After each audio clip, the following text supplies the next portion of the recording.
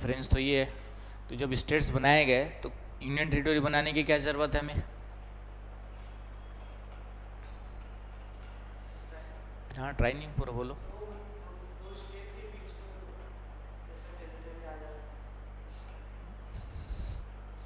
राहुल बाबू, कि union territory बनाने की ज़रूरत क्यों पड़ी हमें?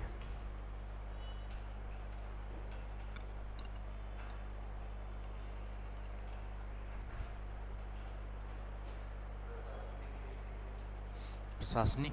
क्यों प्रशासनिक? ये भी तो प्रशासनिक दृष्टि से ही है।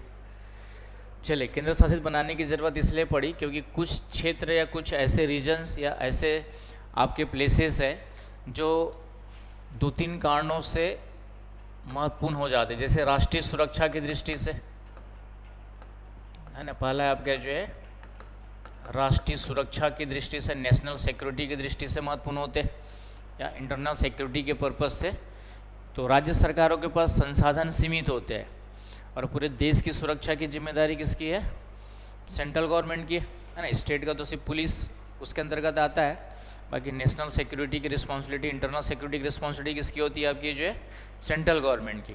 तो कुछ क्षेत्र जो है नेशनल सिक्योरिटी के दृष्टि से क्या हो सकते हैं इम्पोर्टेंस? एक कारण ये है, जैसे हमने लद्दाख और जम्मू कश्मीर, है ना, आपका जो है ये नए यूनियन टेरिटरी बनाए गए। लद्दाख और जम्मू एंड कश्मीर क्या बनाए गए? आपके जो है न्यू यूनियन टेरिटरी बनाए गए। कब बनाए गए? 5 अगस्त 2019 को।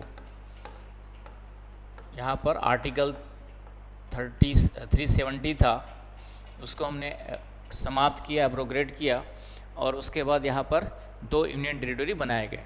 लिखते जाओ, चेहरा मत देखो, ये भी काम का है। तो इन दोनों को हम लोग राज्य क्यों नहीं बनाए? बना तो राज्य भी सकते थे, है ना। दोनों को ख़त्म करके, सॉरी, जम्मू कश्मीर राज्य की स्पेशल विशेष दर्जा ख़त्म करके हम इसको राज्य भी बना सकते थे, लेकिन क्यों नहीं बनाया?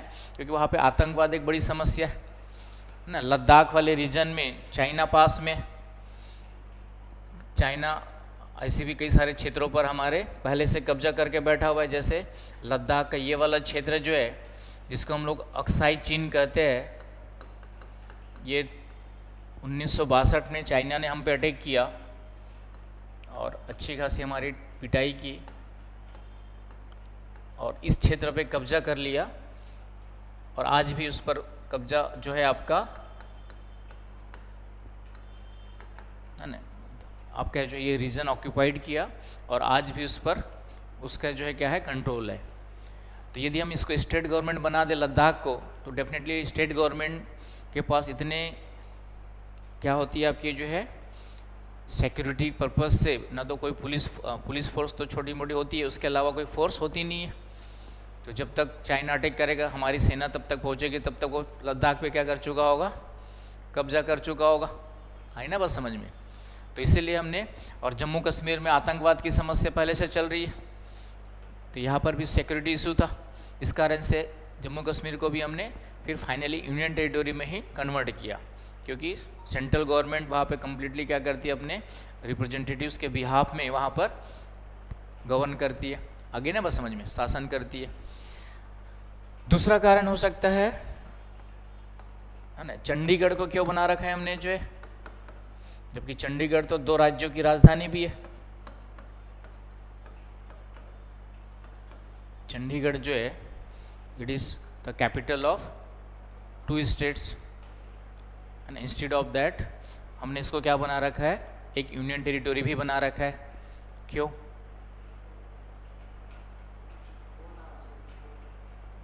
क्या ना हो चंडीगढ़ को, क्या ना हो, दोनों लड़ाई झगड़ा ना करें चंडीगढ़ को लेके, पंजाब और हरियाणा। ठीक है, खैर वो इशू तो नहीं है, ठीक है, छोटा मोटा एक कारण हो सकता है, लेकिन उसमें कोई लड़ाई झगड़े वाली बात नहीं। स्टेट के बीच में तो डिवाइडेड है कि दोनों का अलग विधानसभा बना हुआ है कि नहीं, दोनों के अपने अलग अलग वहाँ पे क्या बने हुए, एडमिनिस्ट्रेशन के लिए आपके हेडक्वार्टर्स बने हुए। मेन पर्पज़ यहाँ पर भी क्या है कि यहाँ पे नॉर्थ कमांड के कई सारे मिलिट्री सेंटर्स है। चंडीगढ़ में देखेंगे तो एक पूरा नॉर्थ कमांड का क्या मिलेगा, एयरबेस मिलेगा, है ना, कई सारे कुछ नेशनल सिक्योरिटी के हेडक्वार्टर्स मिलेंगे। आ रही बात समझ में? तो यहाँ पर भी कहीं ना कहीं नेशनल सिक्योरिटी पर्पज़ से मिलिट्री बेस वगैरह है, इस कारण से यहाँ पर दो स्टेट की कैपिटल होने के बावजूद इसको हमने क्या बना रखा है आपका जो है यूनियन टेरिटोरी बना रखा है, क्योंकि उनकी सुरक्षा की जिम्मेदारी किसकी होती है?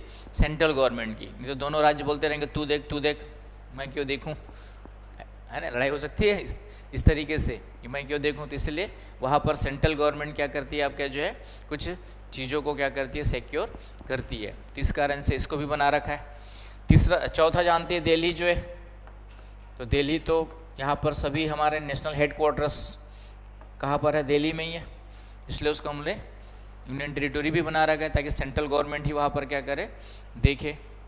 उसके बाद दादर नागर हवेली और दमन एंड दीव, दमन दीव एंड दादर नागर हवेली, ये पहले दोनों अलग अलग थे, इनको मर्ज किया गया 26 जनवरी 2020 को। इन दोनों को मर्ज किया गया, दोनों को मिलाया गया। पहले दोनों अलग अलग थे, इसको मर्ज किया गया 26 जनवरी 2020। तो दादर नागर हवेली और दमन एंड दीव को अलग से यूनियन टेरिटोरी क्यों बनाया गया? ये तो छोटे छोटे पार्ट्स है, ठीक है, क्योंकि इनमें कल्चरल डिफरेंस था। यहाँ पे क्या कई सालों तक पुर्तगाल का कब्जा था, है ना, लगभग 1500 से लेकर के 1900 समथिंग तक क्या था आपका जो यहाँ पे पुर्तगाल का कंट्रोल था। तो वहाँ का कल्चर क्या मिलता है आपका? पुर्तगीज कल्चर मिलता है। अब इसको हम किसी स्टेट में डाल देंगे तो उनका कल्चर क्या हो जाएगा, कहीं ना कहीं समाप्त हो जाएगा या कॉन्फ्लिक्शन होगा आपका जो। तो इस कारण से इन छोटे छोटे पार्ट्स होने के बावजूद इनको हमने क्या बनाया हुआ है। तो दूसरा कारण नेशनल सिक्योरिटी के अलावा दूसरा कारण क्या आ जाता है आपका जो है सांस्कृतिक सुरक्षा। किसी पर्टिकुलर कल्चर को क्या देना पड़ता है हमें, कल्चरल सेफ्टी या कल्चरल प्रोटेक्शन देना हो, तो उसके लिए भी हमने कुछ यूनियन टेरिटोरी बना दी, है ना। पुडुचेरी भी इसी में आएगा आपका जो है। उसके बाद है आपका छठवा पुडुचेरी। पुडुचेरी को पहले पांडिचेरी कहा जाता था।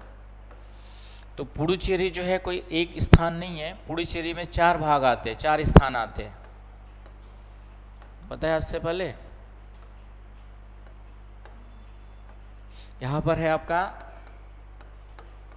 एनम, ये आंध्र प्रदेश के टेरिटोरी में पड़ता है, आंध्र प्रदेश के बाउंड्री में पड़ता है आपका जो है। फिर यहाँ पर है आपका जो है पुडुचेरी, जो नाम ही है पुडुचेरी, ये तमिलनाडु के बॉर्डर पे पड़ेगा, तमिलनाडु के टेरिटोरी में पड़ेगा, तमिलनाडु की सीमा में पड़ेगा। और उसी के नीचे है कराईकाल,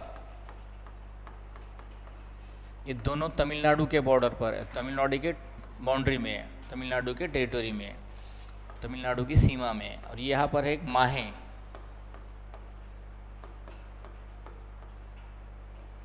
ये केरल की सीमा में आता है।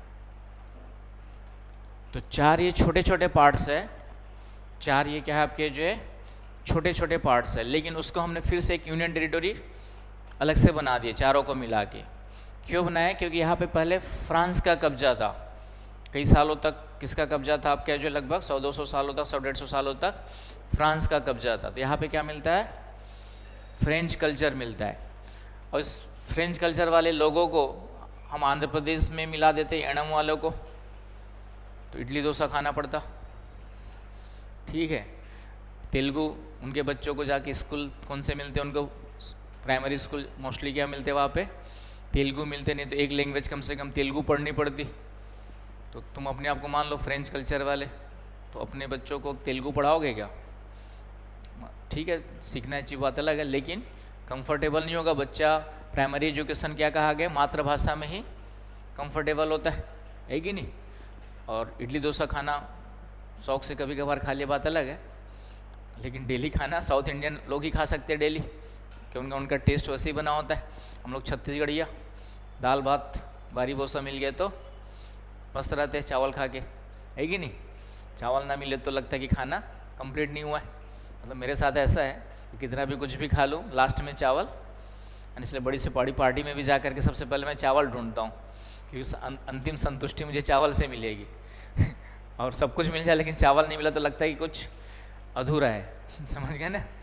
तो ये चीज़ आदत पड़ी हुई है, क्योंकि हमारा बचपन से क्या है, चावल हमारे खाने का मेन पार्ट रहा है। उसी प्रकार साउथ इंडियन लोगों का बचपन से वही इडली डोसा सांभर सांभर बड़ा और जो भी खट्टापन वाली चीज़ें वही खाने की उनकी आदत बनी हुई है, तो उनको वही चाहिए होता है। हम लोग साउथ में जाते हैं तो बहुत मुश्किल होता है, रोज़ रोज़ इडली डोसा, उसके अलावा कुछ मिलता है नहीं। चावल भी मिलता है तो मोटा मोटा मिलता है वहाँ पे।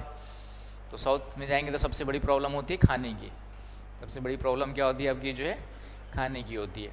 एनीवे, तो इन पुडुचेरी को भी जो है एक यूनियन टेरिटरी बनाया गया। क्यों बनाया गया समझ में आ गया।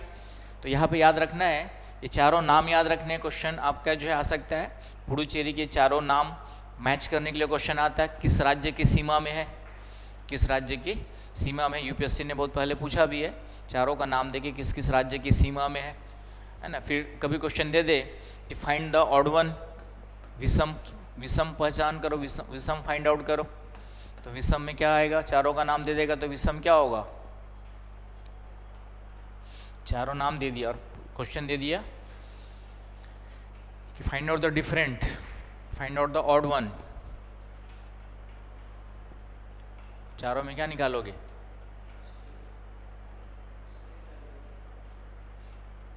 चारों में एक ही अलग है, बाकी सब तीन समान है। जब चार में एक निकालना है तो एक ही निकालना पड़ेगा ना। हाँ, तो वह अभी दिमाग लगाया, नहीं इतना टाइम नहीं होता यूपीएससी के एग्ज़ाम में ठीक है, या तो पता है तो तुरंत निकालोगे, नहीं तो सोच सोच के टाइम वेस्ट करोगे। तो ये डेफिनेटली तीन आपके क्या है। तो तुरंत जब इस तरीके से कुछ चीज़ें आती है तो हमें डिफरेंट सोचना है कि इन चारों में डिफरेंट कौन सा है और क्यों है ना। बेस कुछ भी हो सकता है। तो ये तीन इधर है ईस्टर्न कोस्ट में और एक कौन सा है आपका जो है वेस्टर्न में। तो चारों में डिफरेंट फाइंड आउट करना हो तो फिर कौन सा हो गया आपका माहे। क्लियर हुआ पॉइंट। तो ये चारों नाम याद रखने, सीक्वेंस दे सकता है, उत्तर से दक्षिण सीक्वेंस अरेंज कीजिए। तो यणम पहले है, फिर आपका पुडुचेरी, देन कराईकाल, है ना। ये अभी लग रहा है याद है, लेकिन एग्जाम में जैसे ही आएगा ना तो फिर वहाँ पे दिमाग आएगा कि कराईकाल पहले था कि पुडुचेरी पहले था। ठीक है, तो ध्यान से उसको याद रखना है कि एणम जो ऊपर है आंध्र प्रदेश में है, बाकी दोनों पुडुचेरी पहले आता है, कराईकाल बाद में आता है। आ रही ना बस समझ में। तो ये आपको थोड़ा सा ध्यान में रखना है। तो ये पुडुचेरी हो गया। उसके बाद इनके बाद यूनियन टेरिटरी कौन सी हमारी जो है 7वें नंबर पे है लक्षद्वीप, लकाद्वीप भी कहते हैं, लकाद्वीप भी कहते हैं।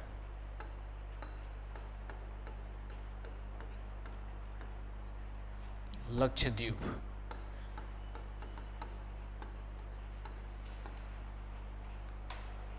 तो लक्षद्वीप और 8वें नंबर पे है अंडमान निकोबार द्वीप।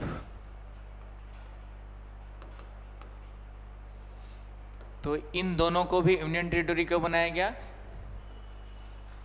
क्योंकि पहली बात ये हमारे मेन लैंड से दूर है ना। लक्षद्वीप इधर है आपका जो है, लक्षद्वीप कहाँ पर है, इधर की ओर है, यहाँ पर है। और अंडमान निकोबार इधर है आपका जो है। तो ये हमारे मुख्य भूमि से दूर है। तो ये भी पहली बात तो है कि मुख्य भूमि से दूर है, तो यदि उनको राज्य बना देंगे तो अपनी सुरक्षा खुद कर पाएंगे, अच्छे से नहीं कर पाएंगे। रातों रात चाइना आएगा और अंडमान निकोबार को अपने कब्जे में ले लेगा, जब तक कि हमारी सेना वहाँ पे पहुँचेगी। तो इसलिए उसको भी क्या बनाया गया, यूनियन टेरिटरी बनाया गया। फिर वहाँ पे कई सारे हमारे नेवी बेस भी है, जैसे पोर्ट ब्लेयर, इसकी कैपिटल पुराना नाम पोर्ट ब्लेयर है। पोर्ट ब्लेयर में तीनों सेनाओं की कमान है। पोर्ट ब्लेयर में आपका जो है इसका नाम नया हो गया श्री विजयपुरम, पता था, श्री विजयपुरम इसका नाम चेंज हो गया है। तो पोर्ट ब्लेयर जो कैपिटल है जिसका नाम नया हो गया श्री विजयपुरम, वहाँ पे तीनों सेनाओं की कमांड मिलती है। तीनों सेनाओं की क्या मिलती है आपकी जो है कमांड मिलती है। आ रही बात समझ में। तो यहाँ पर आपका फिर से क्या हो गया आपका जो है कि सुरक्षा के लिए अंडमान निकोबार भी क्या हो गया महत्वपूर्ण हो गया, है ना। फिर इन आइलैंड से हम पूरे समुद्री क्षेत्रों की सुरक्षा निर्धारित करते हैं। इन आइलैंड्स के थ्रू हमारा क्या होता है, जो पूरा का पूरा हमारा इंडियन ओशियंस में सिक्योरिटी के लिए हम लोग मेन मॉनिटरिंग कहाँ से करते हैं आपका जो है इन्हीं आइलैंड से करते हैं। तो इस तरीके से ये भी हमारे सुरक्षा के लिए, समुद्री सुरक्षा के लिए क्या हो गए इम्पोर्टेंट रोल प्ले करते हैं। इसीलिए इनको भी हमने क्या बना रखा है यूनियन टेरिटरी। तो इस तरीके से हमारे 8 यूनियन टेरिटरी बना रखे हैं। क्यों बना रखे हैं समझ में आ गया। तो एक तो हो गया राष्ट्रीय सुरक्षा, है ना, आपका जो है कोई आंतरिक सुरक्षा भी लिख सकते हो एक वर्ड आपका, सांस्कृतिक कल्चर सुरक्षा के कंटेक्स्ट में बना रखा है, और कुछ नेशनल हेडक्वार्टर्स के मुख्यालय वगैरह जहाँ पर होते हैं, है ना, राष्ट्रीय महत्व के, है ना। तीसरा पॉइंट और लिखना है तो क्या लिख सकते हैं आपके जो है कि राष्ट्रीय महत्व की कुछ संस्थाएं वहाँ पर होती है जिनकी सुरक्षा की जिम्मेदारी केंद्र सरकार की होती है। राष्ट्रीय महत्व की संस्थाएं, इंस्टीट्यूशंस ऑफ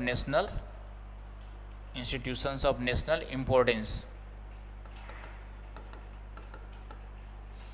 राष्ट्रीय महत्व की संस्थाएं। आगे बस समझ में। तो इस तरीके से हमने 8 यूनियन टेरिटरी बना रखी है। इतने से काम नहीं चलेगा, अब इसकी कैपिटल्स भी आप लोग को पता होनी चाहिए। तो लद्दाख की कैपिटल क्या है बताओ, दुर्गा। तो लद्दाख की कैपिटल है लेह। क्या है कैपिटल आपका जो है लेह। लद्दाख की कैपिटल है लेह। जम्मू कश्मीर की कैपिटल श्रीनगर। जम्मू कश्मीर की कैपिटल क्या है आपका जो है श्रीनगर है। तो पूरा इसका मैप आपके दिमाग में होना चाहिए, है ना। सिर्फ नाम याद करने से काम नहीं चलेगा, ताकि कोई भी क्वेश्चन पूछे, ऐसा भी क्वेश्चन दे देगा कि लद्दाख की सीमा किन किन राज्यों से लगती है, तो बताओ जल्दी से।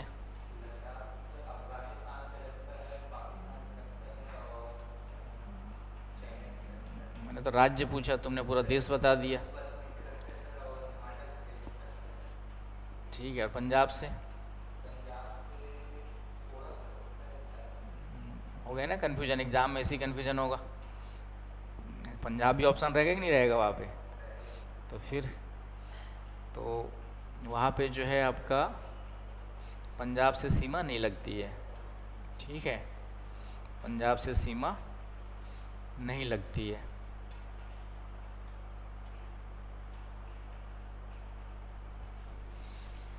तो पंजाब से सीमा नहीं लगती है, ये आपको पता होना चाहिए। ऑनलाइन बैच में जाके, ज्योग्राफी तो नहीं, ऑनलाइन बैचेस, इसमें इंडियन ज्योग्राफी जाना है।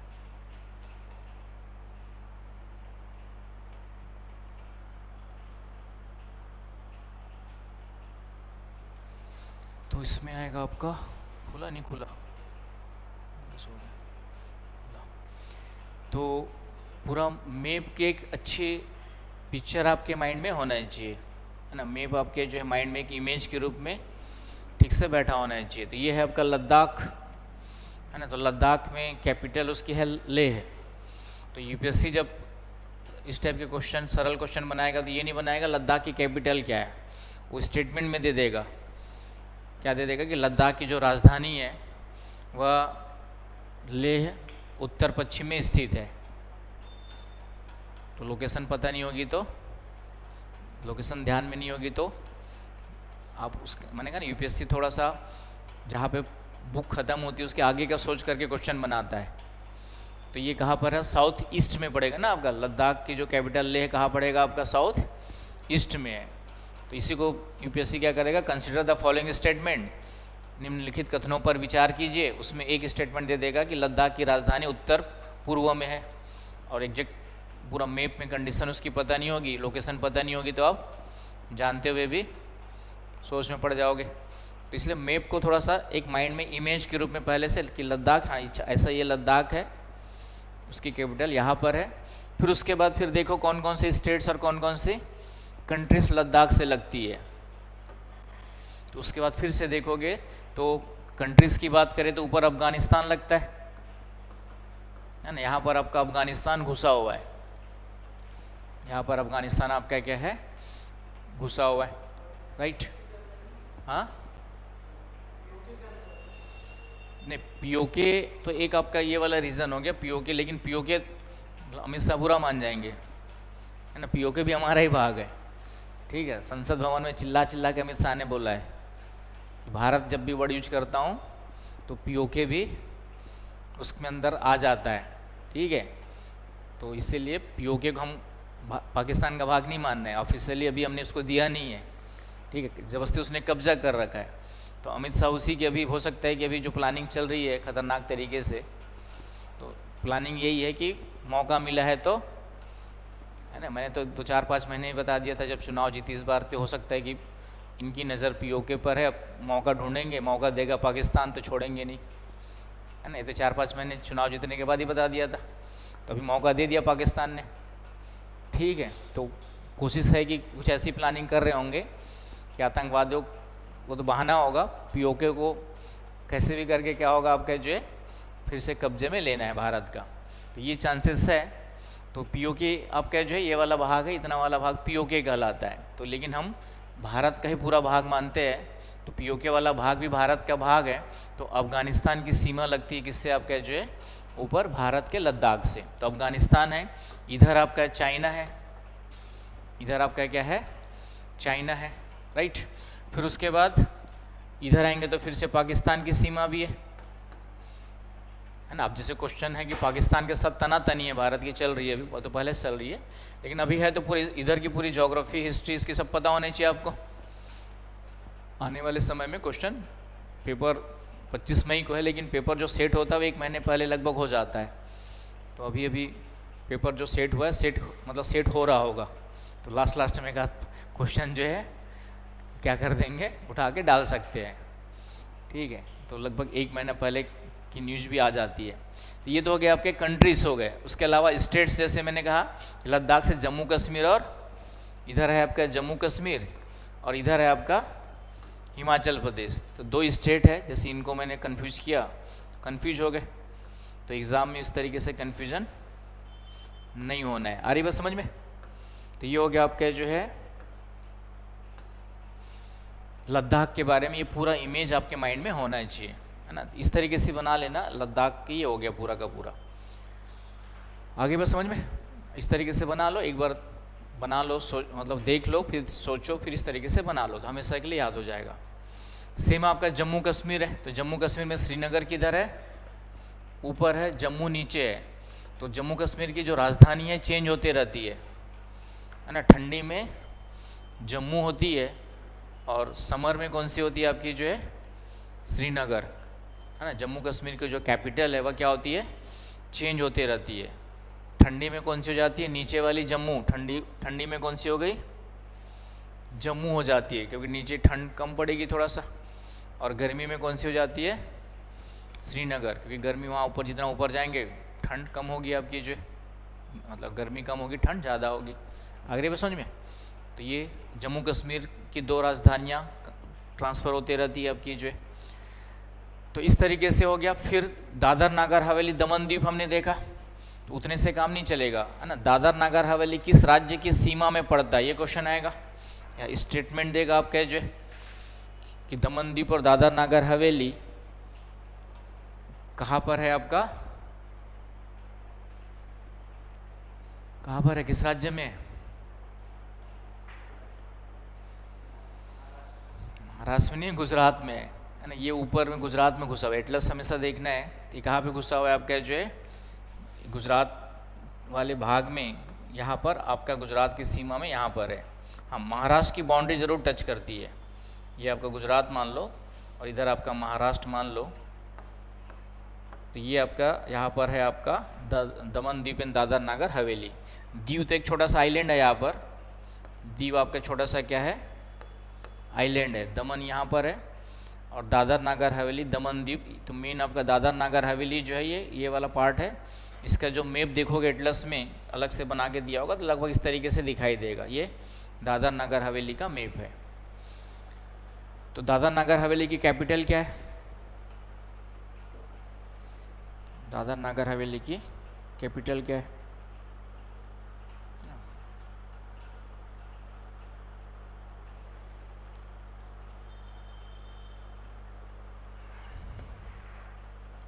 बताओ जल्दी से।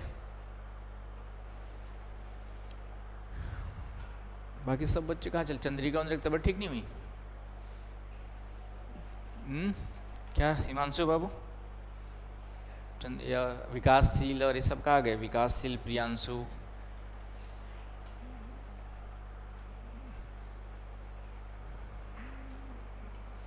कोई एग्ज़ाम चल रही होगी नहीं तो दादर नागर हवेली की कैपिटल है आपका सिलवासा। इसकी कैपिटल क्या है आपके जो है? सिलवासा। दादर नागर हवेली की कैपिटल क्या है? सिलवासा। तो ये हो गया आपका दादर नागर हवेली के बारे में। तो ये पॉइंट्स याद रखने हैं दादर नागर हवेली के बारे में।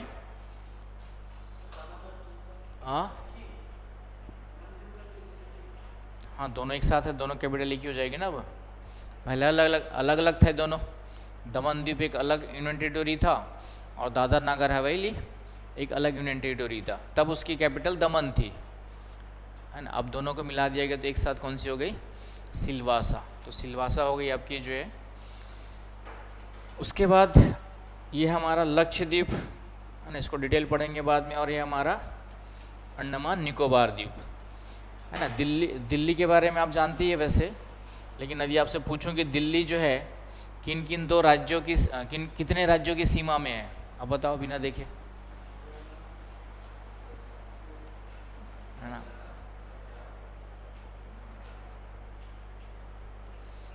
है ना, दिल्ली के बारे में सब जानते हैं, लेकिन अब क्वेश्चन तुमसे ये है, यूपीएससी ये दे देगा कि किन किन राज्यों की सीमा में स्थित है दिल्ली। कभी ध्यान से देखे, है ना, नहीं देखे। और ठीक है, इतने सारे नहीं है, सिर्फ यूपी और हरियाणा के बीच में है, ठीक है। तो मैंने कहा ना कि तो अब थोड़ा सा जो भी जानो उसको थोड़ा सा समझते हुए मैप के साथ पढ़ना है। ये दिख रहा है आपका न्यू दिल्ली, तो ये मेन हरियाणा की बाउंड्री में ही दिल्ली वाली लोकेशन पड़ती है, इधर यूपी की सीमा लगती है। तो दिल्ली जो है हरियाणा और यूपी के दो राज्यों के बीच में है। किससे ज़्यादा घिरा हुआ है? तो हरियाणा से ज़्यादा घिरा हुआ है, ईस्ट में आपका यूपी पड़ता है। Clear point. उसी प्रकार चंडीगढ़ के बारे में, चंडीगढ़ के बारे में देखेंगे तो चंडीगढ़ किस राज्य की सीमा में है? तो पंजाब में आएगा, लेकिन हरियाणा इधर जाके थोड़ा सा टच करता है, इधर आपका हिमाचल प्रदेश भी टच करता है चंडीगढ़ से, दिख रहा है। चंडीगढ़ से जो है यहाँ पे चंडीगढ़ है तो पंजाब राज्य की सीमा में, लेकिन हरियाणा और इधर हिमाचल प्रदेश, चंडीगढ़ भी उसकी बाउंड्री टच करेगी। तो ध्यान से मैप को देखना है, समझ गए ना भाई। ऐसे ऊपर ऊपर देखने से काम नहीं चलेगा। तो ये हो गए आपके जो है यूनियन टेरिटोरीज़ के बारे में। बाकी मैंने बता ही दिया, पुडुचेरी के 4 भाग, एनम एक पुडुचेरी करके है, पुडुचेरी है, कराईकाल है और इधर आपका माहे है, दिख रहा है। ये 4 अलग अलग पार्ट्स हो गए जिसको हम लोग पुडुचेरी के रूप में जानते हैं। तो ये यूनियन टेरिटरी हो गया। तो कॉन्सेप्ट क्लियर है। यूनियन टेरिटरी से कोई भी क्वेश्चन आएगा प्रीलिम्स में, है ना, अब दिमाग चला लोगे वहाँ पे एग्ज़ाम में, है कि नहीं। तो ये ध्यान में रखना है। अब इसी तरह से सभी स्टेट की लोकेशन आपके माइंड में एक इमेज के रूप में होना चाहिए। जैसे हिमाचल प्रदेश है तो हिमाचल प्रदेश यहाँ पर है, एक दिमाग में आना चाहिए हिमाचल प्रदेश हमारे मैप में, कि है ना, एक मैप में आपका दिमाग में आ जाना चाहिए कि हाँ यहाँ पर क्या है, आपका हिमाचल प्रदेश है। कैपिटल क्या है हिमाचल प्रदेश की? शिमला, राइट। और फिर हिमाचल प्रदेश के साथ आसपास के राज्यों को भी ध्यान से देख लेना है कि इधर लद्दाख है ना, इधर आपके जो है जम्मू एंड कश्मीर है ना। यूपीएससी क्वेश्चन कैसे बनाते हैं? यूपीएससी क्वेश्चन बनाएगा स्टेटमेंट के रूप में ज़्यादा बनाता है, वो फैक्ट्स नहीं पूछता है। तो वही दे देगा कि जैसे जम्मू कश्मीर में अभी हल्ला गुल्ला चल रहा है, लद्दाख में चल रहा है, तो दे देगा कि हिमाचल प्रदेश के उत्तर पश्चिम में जम्मू कश्मीर स्थित है। तो उत्तर पश्चिम पड़ेगा कि उत्तर पूर्व पड़ेगा, पता होना चाहिए। तो डेफिनेटली हिमाचल प्रदेश का क्या पड़ेगा? उत्तर पश्चिमी पड़ेगा, है कि नहीं। लद्दाख की बात करेंगे तो उत्तर पड़ेगा, एग्जैक्टली देखेंगे तो उत्तर में आपका जो है, आ रही ना बस समझ में। तो ये ऐसे क्वेश्चन भी बना सकता है इजी क्वेश्चन, लेकिन उसी को यूपीएससी ने क्या कर दिया, थोड़ा सा कठिन बना दिया स्टेटमेंट के रूप में।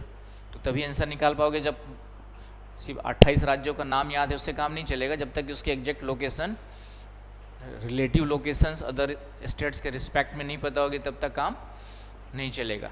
तो तो पहला काम आपका क्या करना है, कल के लिए होमवर्क है कि सभी राज्यों का नाम, उसकी कैपिटल और उसके साथ साथ जितने भी अदर स्टेट की बाउंड्रीज है इस तरीके से बना लेना है। हिमाचल प्रदेश, लद्दाख हो गया, जम्मू कश्मीर हो गया, इधर आपका पंजाब हो गया, इधर आपका उत्तराखंड हो गया और हरियाणा भी बीच में लगता है यहाँ पर।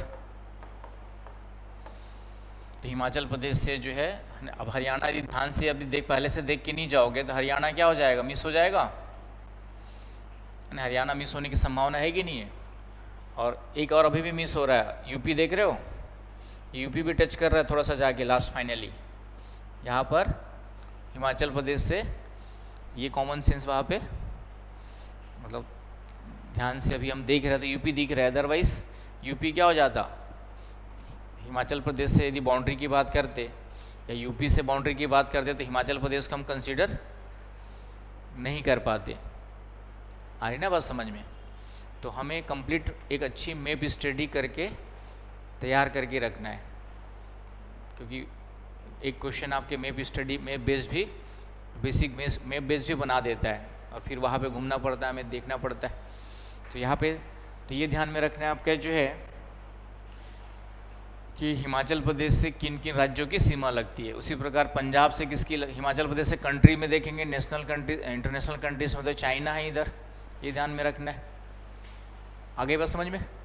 उसी प्रकार फिर पंजाब देखोगे तो पंजाब में इधर कंट्री में पाकिस्तान है, फिर स्टेट में इधर राजस्थान, हरियाणा, तो सभी का होमवर्क करना है, कल कर लोगे है ना। ये होमवर्क कर लेना है, जगह छोड़ दो आराम से और कर ही लेना, क्योंकि जब तक पूरे इंडिया की मैप इमेज आपके दिमाग में होना चाहिए, सभी राज्यों का कहाँ पे क्या क्या स्थिति है पूरा अच्छे से माइंड में होना चाहिए, है ना। मध्य प्रदेश को जो है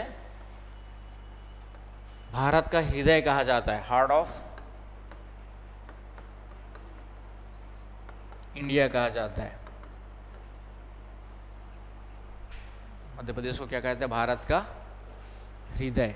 क्यों कहा जाता है, क्योंकि लगभग सेंटर में, लेकिन हालांकि हमारा दिल तो सेंटर में होता नहीं है तो भी जबरदस्ती बना दिए ना, हार्ट ऑफ इंडिया मतलब ऐसे बनाए, हार्ट हमारे शरीर के सेंटर में थोड़ी है,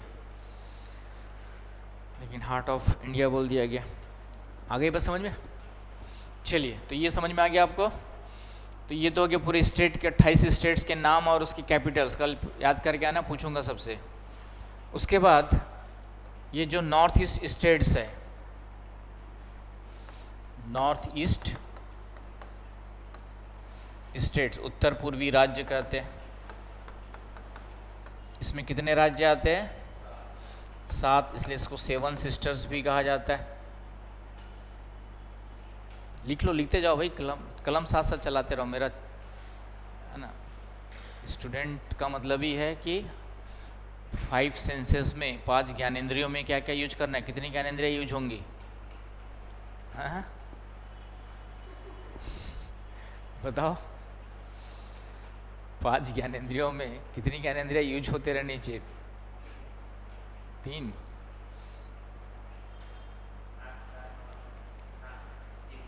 आँख और स्किन, 3 होना चाहिए ना भाई। नाक और जीभ का कोई काम नहीं यहाँ पे नाक और जीभ का कोई काम नहीं है, ठीक है। तो 3 हमेशा यूज होते रहने चाहिए। अब इनको हम लोग अलग से एक रीजन्स के रूप में क्यों जानते हैं, डिफाइन करते हैं। तो ये एक कंप्लीट सेपरेट ज्योग्राफिकल रीजन कहलाता है, भौगोलिक क्षेत्र कहलाता है, ज्योग्राफिकल रीजन कहलाता है। तो ज्योग्राफिकल रीजन का मतलब होता है कि नेचुरल जो वहाँ पे पर्वत पठार या पर्वत वगैरह जो चीज़ें हैं वो तो आपका समानता है ही है, लेकिन कल्चरल समानता भी होती है। भौगोलिक क्षेत्र, जब भी भौगोलिक क्षेत्र की बात करते हैं, ये सब सेंटेंस याद रखना है। तो भौगोलिक क्षेत्र, जैसे आपसे पूछा जाए कि भौगोलिक क्षेत्र से क्या समझते हो, तो क्या आंसर होगा राहुल? हाँ, भौगोलिक मतलब क्या हुआ तो फिर? तो जब भी भूगोल का मतलब वहाँ के प्राकृतिक और सांस्कृतिक दोनों आ जाते हैं, है ना। किसी भी क्षेत्र के भूगोल की जब बात करते हैं तो वहाँ पे प्राकृतिक प्लस सांस्कृतिक दोनों समानता साथ साथ मिलती है। प्राकृतिक समानता भी है, मतलब वहाँ पे जो वहाँ की जो ज्योग्राफी है, फिजिकल ज्योग्राफी, वो लगभग क्या मिलेगी, सेम मिलेगी। और कल्चरल सिमिलरिटीज़ का मतलब क्या हुआ, तो natural and cultural similarities. Cultural similarities का यहाँ पर जो है, यहाँ पे लगभग सेम जनजातियाँ मिलती है, और उसको कहते हैं एथनिक ग्रुप्स कहते हैं हम लोग, एथनिक सिमिलरिटी। एथनिक ग्रुप बताया था पहले कभी। एथनिक हिंदी वर्ड होता है एथनिक का नृजाति समानता या नृजाति समूह। नृजाति, ये सब वर्ड्स लिख लिया करो, काम आएगा। ये सब छोटी छोटी चीज़ें बाद में समझ में नहीं आएंगी। एग्ज़ाम, यूपीएससी के एग्ज़ाम में एक एक वर्ड्स कभी कभी आंसर चेंज कर देते हैं, है ना। एक वर्ड हम लोग यूज करते हैं प्रजाति, है ना। मानव प्रजाति के लिए वर्ड यूज होता है रेसेस, ह्यूमन रेसेस। तो एक वर्ड होता है आपका प्रजाति है, ह्यूमन रेसेस बोलते हैं। और एक वर्ड यूज होता है हमारा जो है नृजाति है। कौन सा होता है आपका, नृजाति, एथनिक ग्रुप बोलते हैं। दोनों में क्या डिफरेंस है?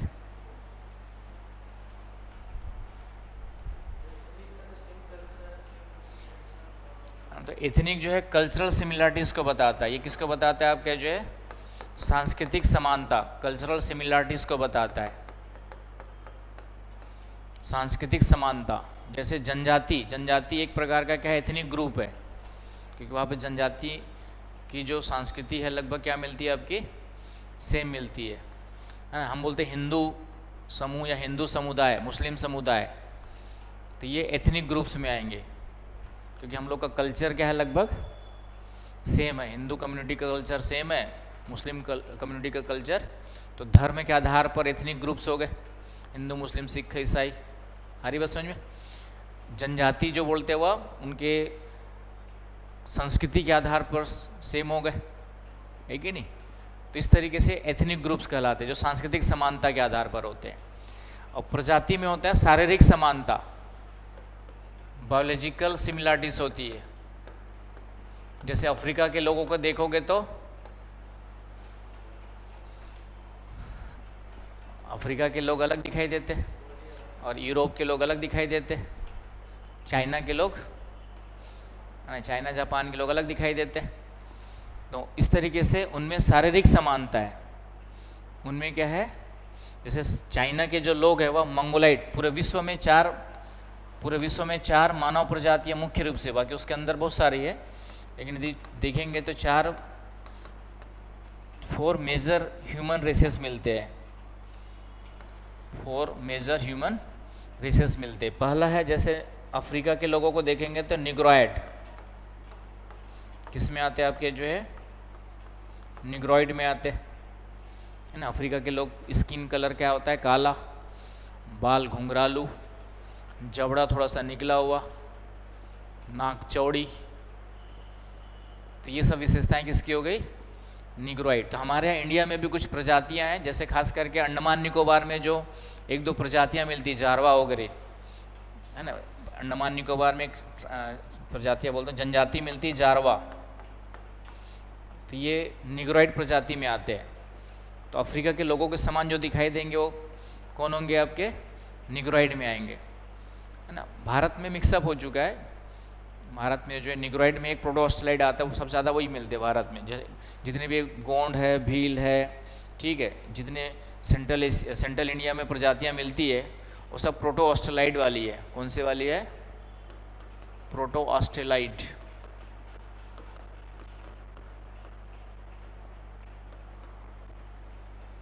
है ना। इंडिया के लिए कम से कम एनसीईआरटी, एक तो 12th क्लास की जो एनसीईआरटी है, India people and economy, Bharat लोग अर्थव्यवस्था ना, उसको पूरी पढ़ डालना है। मेंस प्रीलिम्स दोनों में काम आएगा।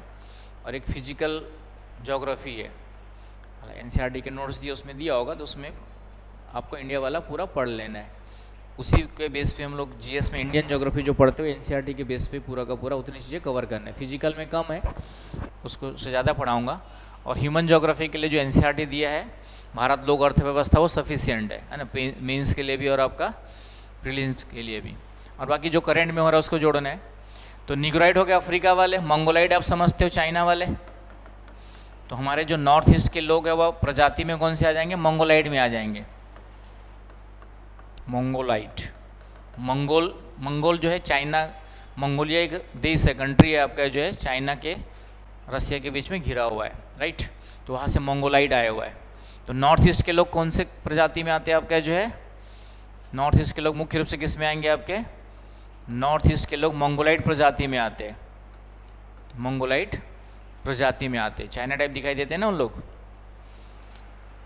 और फिर उसके बाद 4 में एक आता है आपका यूरोप में जो रहते हैं कॉकेसाइड, कॉकेसॉइड कहते हैं। यूरोप में जो रहते हैं उसका नाम है कॉकेसॉइड,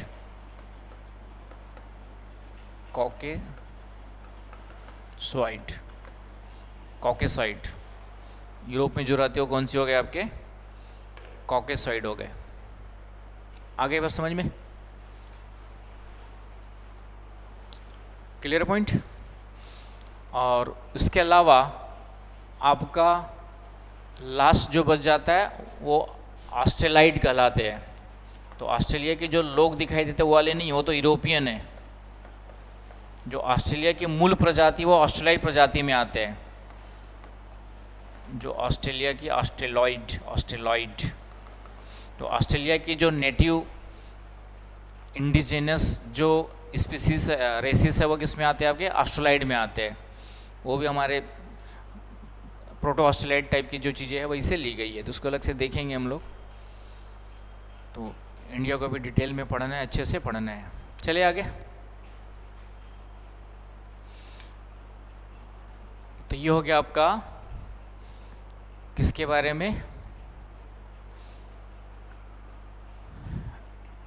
तो नॉर्थ ईस्ट के बारे में देख रहे थे। तो नॉर्थ ईस्ट क्या हो गया, एक प्रकार का जोग्राफिकल रीजन हो गया, है ना, 7 सिस्टर्स कहते हैं। अब यहाँ पर इनकी सबकी कैपिटल्स देखना अच्छे से, फिर से नॉर्थ ईस्ट वाले इंपॉर्टेंट फिर से हो जाता है सेक्शन जो है। मणिपुर वगैरह में पूरा का पूरा अल्लाह गुल्ला चल रहा था इस साल, ना पिछले 1-2 सालों से। तो मणिपुर में कुकी और कैतई, कुछ मैतई के बीच में आपका क्या चल रहा था, दोनों के बीच में थोड़ा सा गृह युद्ध चल रहा था, राइट। तो वो पूरा हिस्ट्री वगैरह करंट में क्या हो जाते हैं आपके लिए इंपॉर्टेंट हो जाते हैं, मणिपुर इंपॉर्टेंट हो जाता है। तो यहाँ पे फिर स्टेट को ध्यान से देखेंगे तो एक क्वेश्चन बन सकता है कि नॉर्थ ईस्ट में कौन सा स्टेट है जिसकी बाउंड्री सभी राज्यों से लगती है, जिसकी बाउंड्री जो है सभी राज्यों से लगती है, जिसकी बाउंड्री किससे लगती है, सभी राज्यों से लगती है। आ रही बात समझ में।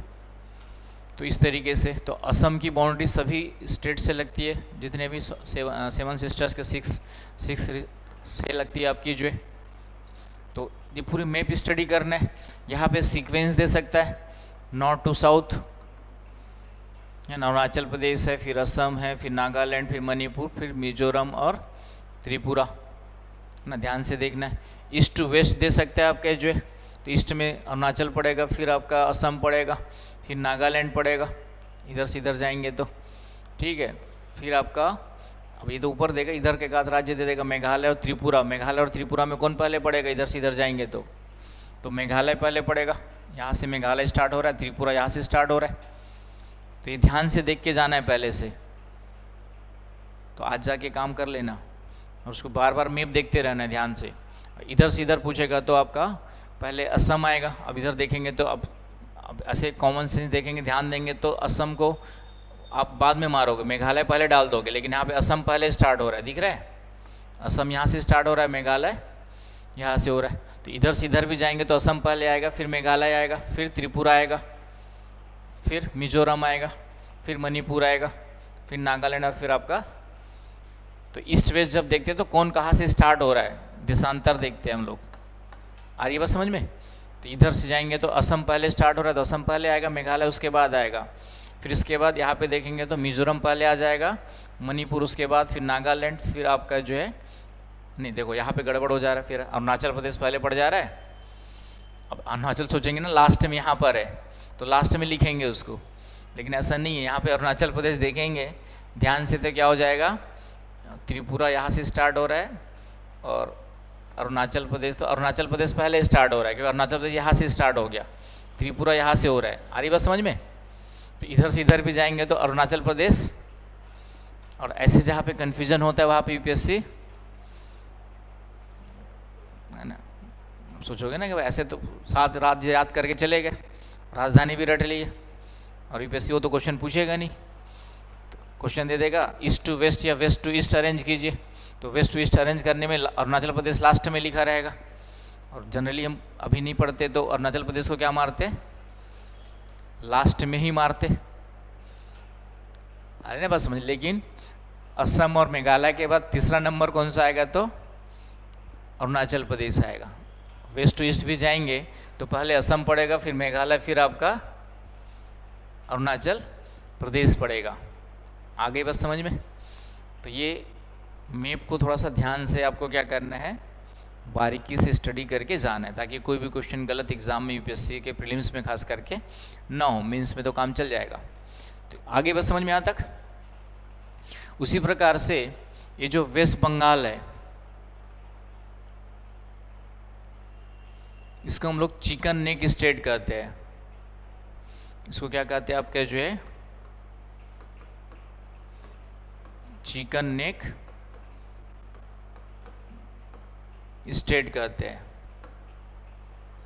क्या कहते हैं, चिकन नेक स्टेट। क्यों कहते हैं, क्योंकि इसका जो ऊपर वाला भाग इस तरीके से मुर्गी की गर्दन के समान है, इसलिए उसको क्या कहा गया है, चिकन नेक। तो लिख लीजिए साइड में कहीं पे कि वेस्ट बंगाल को क्या कहते हैं हम लोग, चिकन नेक स्टेट।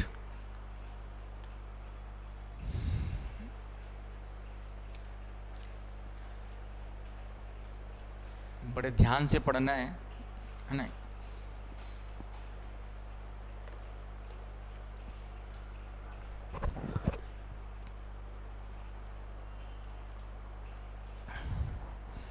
अब यहाँ पर है कि जो नॉर्थ ईस्ट में हम लोग जाने का एकमात्र सड़क या रोड के थ्रू भारत से होकर के जाने का एकमात्र रास्ता यही सर है। कहाँ से, चिकन नेक से है।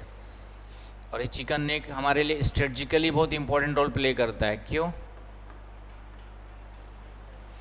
क्योंकि यदि है ना, इसी पे चाइना वगैरह यदि इतने भाग पे कब्जा कर ले तो पूरा नॉर्थ ईस्ट हमारे से क्या हो जाएगा, कट जाएगा, है ना। रूट हमारा जो है, जो सड़क रूट है वो बंद हो जाएगा, फिर हम वहाँ पे सिर्फ एरोप्लेन से ही जा सकते हैं। तो इसलिए चिकन नेक वाला जो क्षेत्र है वो क्या है आपका, रणनीतिक महत्व का क्षेत्र माना जाता है। रणनीतिक महत्व, स्ट्रेटेजिकल इम्पोर्टेंस का क्षेत्र है। आ रही बात समझ में? स्ट्रेटेजिकल इम्पोर्टेंस का क्या होता है,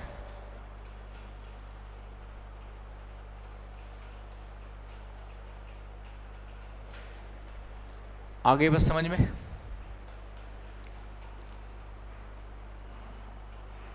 तो यही से जो जाने का रास्ता है उसको सिलीगुड़ी कॉरिडोर कहते हैं। जो क्या कहते हैं आपके जो है, सिलीगुड़ी कॉरिडोर।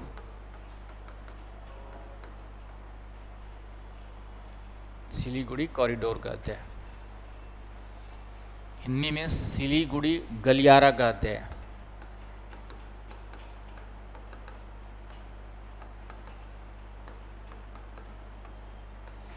सिलीगुड़ी गलियारा कहते हैं। आ रही बात समझ में? तो क्वेश्चन आएगा यहाँ पे कि नॉर्थ ईस्ट जाने के लिए कौन सा गलियारा यूज कर देता हो, सिलीगुड़ी गलियारा। लेकिन यूपीएससी में क्वेश्चन तो आएगा नहीं, तो सिलीगुड़ी गलियारे के बारे में क्वेश्चन पूछेगा कि सिलीगुड़ी गलियारा जो है कितना किलोमीटर लंबा, कितना किलोमीटर चौड़ा है।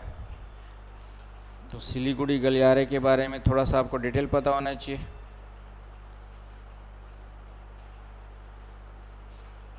आगे बस समझ में। तो वो थोड़ा सा आपको मैंने कहा ना, यूपीएससी में सिर्फ ऊपर ऊपर नहीं, जब किसी चीज़ के बारे में नाम आ जाए तो उसको थोड़ा सा डिटेल भी जानना है। तो सिलीगुड़ी गलियारा किस राज्य में है, तो वेस्ट बंगाल में। किस राज्य में? तो आपके जो है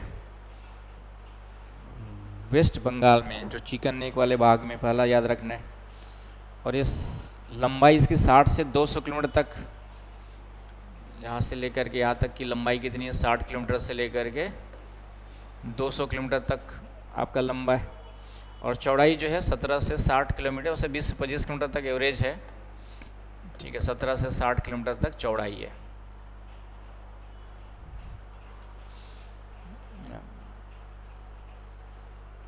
मतलब मिनिमम 17 किलोमीटर तक है, मैक्सिमम 60 किलोमीटर तक जाएगा। आगे बस समझ में। और ये इसके सिलीगुड़ी गलियारा टच किसको करता है? ध्यान से देखोगे तो इधर नेपाल, इधर भूटान, इधर भूटान ना, उधर सिक्किम से इधर आपका बांग्लादेश से टच करता है। तो 3 कंट्री, नेपाल, भूटान और बांग्लादेश, है ना। अभी बांग्लादेश के किसी गधे ने कहा है ना, अभी क्या स्टेटमेंट दिया गधे ने किसी ने? हाँ, कि यदि पाकिस्तान पे अटैक करता है भारत तो चाइना के साथ मिलकर बांग्लादेश को क्या करना चाहिए? नॉर्थ ईस्ट पे कब्जा करना चाहिए, है ना। ये स्टेटमेंट किसी गधे ने दिया है ना। खुद की कुछ औकात तो है ही नहीं है। हमने बनाया तो बनाया, उसके बाद वही बोलते हैं ना, हम ही ने बनाया उसको। 1971 के वार में इंदिरा गांधी हेल्प नहीं करती, लेकिन वही है, दुनिया आसान फरामोश है। और आज हमारे हिंदुओं पर ही अत्याचार कर रहे हैं आज हमारे। तो कहने का मतलब है कि आदमी और राज्य जो है, तो ये हो गया आपका वेस्ट बंगाल के बारे में। तो हाँ,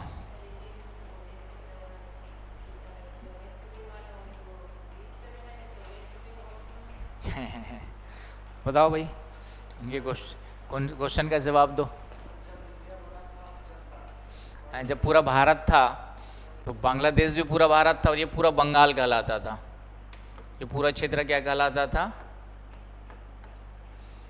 बंगाल रीजन था। बांग्लादेश भी भारत का भाग था ना, पाकिस्तान भी भारत का भाग था 1947 से पहले, है ना। पाकिस्तान भी भारत का भाग था, इतना बड़ा क्षेत्र हमारा था पूरा। आगे बस समझ में। तो उस समय बांग्लादेश का ये कौन सा पार्ट हुआ? मतलब पूरा बंगाल का कौन सा पार्ट हुआ? इधर वाला ईस्ट बंगाल, इधर वाला वेस्ट बंगाल। ईस्ट बंगाल में मुस्लिम बहुलता थी, मुस्लिम जनसंख्या ज़्यादा रहती थी, और वेस्ट बंगाल में आपका जो है हिंदू जनसंख्या ज़्यादा रहती थी। तो इसलिए बंगाल विभाजन का भी अंग्रेज़ों ने क्या किया था? कांड किया था 1905, है ना, ऐसी कुछ है। तो इस तरीके से, तो इसलिए वेस्ट बंगाल समझ में आया। ईस्ट बंगाल कैसे उधर चला जाएगा? ईस्ट बंगाल ये बांग्लादेश जो ईस्ट बंगाल हो गया, ये पूरा बंगाल था। तो इधर वाला क्या हो गया? ईस्ट बंगाल। अब इसी का नाम बांग्लादेश है। नहीं समझे अभी भी? अरे भाई, स्वतंत्रता से पहले ये पूरा रीजन क्या कहलाता था? बंगाल कहलाता था। समझ में आया?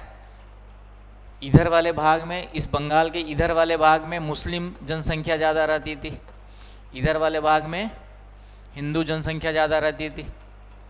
तो इसीलिए इसको ईस्ट और वेस्ट बंगाल बोल देते थे। आई बात समझ में? तो जब स्वतंत्र हुआ तो ये जो बांग्लादेश वाला भाग था वो पाकिस्तान का पूर्वी पाकिस्तान वाला भाग कहलाता था। इसको क्या कहते थे? पूर्वी पाकिस्तान। और इधर चूँकि बंगाल को वेस्ट बंगाल पहले से बोलते थे, इसलिए इसका नाम as it is West Bengal रखा गया है ना। वहाँ बीजेपी गवर्नमेंट जिस दिन आ जाएगी ना, तो इस वेस्ट बंगाल का नाम भी वो चेंज ही कर देगी, कुछ ना कुछ और करेगी वो। समझ रहे? अभी तक बीजेपी गवर्नमेंट को वहाँ मौका नहीं मिल रहा है, लेकिन जिस दिन वहाँ सरकार बन गई तो वेस्ट क्यों रखे भाई बंगाल? सही बोल, क्वेश्चन इसका सही है कि अब वेस्ट बंगाल क्यों बोले? कुछ और नाम डाल दो उसका जो है ना। आगे बस समझ में। तो ये आपका कारण है, इसलिए आज भी उसको जानते हैं। तो ये पूरा होमवर्क कर लीजिएगा अभी।